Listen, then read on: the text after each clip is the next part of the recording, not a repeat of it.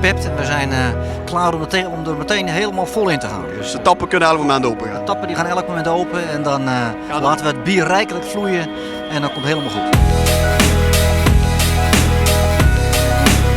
Welkom bij de derde aflevering van het Proevenementsjournaal. We hebben al 2 succesvolle dagen achter de rug en vandaag zijn we volledig klaar voor de zonnige zondag. Maar het Proevenement gaat over meer dan alleen maar eten en drinken. Want een groot deel van de opbrengst gaat naar de goede doelen. En wat het goede doel van 2016 is, gaan we nu vragen aan de organisatie. Richard, uiteindelijk het Proevenement is natuurlijk een en al gezelligheid, eten, drinken, muzikaal programma. Maar we doen het niet zomaar, we doen het voor de reden en dat is het goede doel uiteindelijk. Absoluut. Dit jaar 34 jaar Proevenement en ieder lustrumjaar hebben we eigenlijk een heel groot goed doel. Dat houden we eigenlijk altijd binnen de grenzen van Maastricht. Ander jaar kunnen allerlei verenigingen, instanties kunnen zich allemaal aanmelden voor een donatie van ons. Alleen 1 keer in de 5 jaar, dan hebben we een groot goed doel.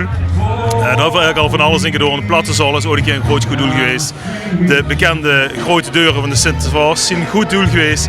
En dit jaar hebben we ervoor gekozen om binnen Maastricht een aantal sportparkjes te gaan faciliteren. Mooie parkjes waar echt wat bootcamp gedaan kunnen worden. Die willen we echt decentraal overal door de wijk van Maastricht gaan zetten. Bij een goede opbrengst zal dat een 7 euro, bij een nog betere opbrengst gewoon van een 8 euro. En zo willen we het eigenlijk op laten lopen. Met als allergrootste uitsmijter eigenlijk dit jaar, dat wordt er geen sportpark, maar wel dezelfde toestellen zal ik maar zeggen. Over een route uitgespreid.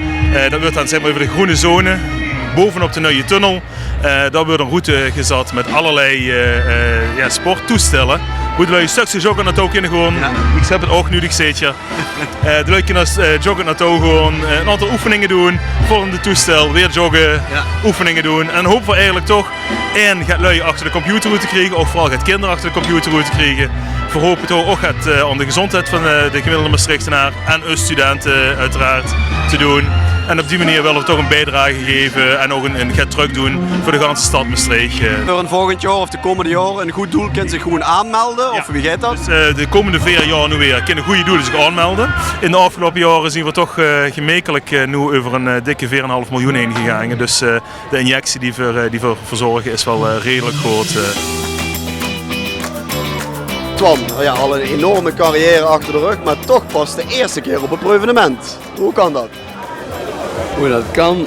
Eigenlijk heel simpel. Ik heb erover nagedacht, ja, heel lang geleden, een half jaar geleden. Ik dacht van, hey, we hebben compleet de zaak vernieuwd. En wat is die vernieuwing? We zijn kleiner geworden.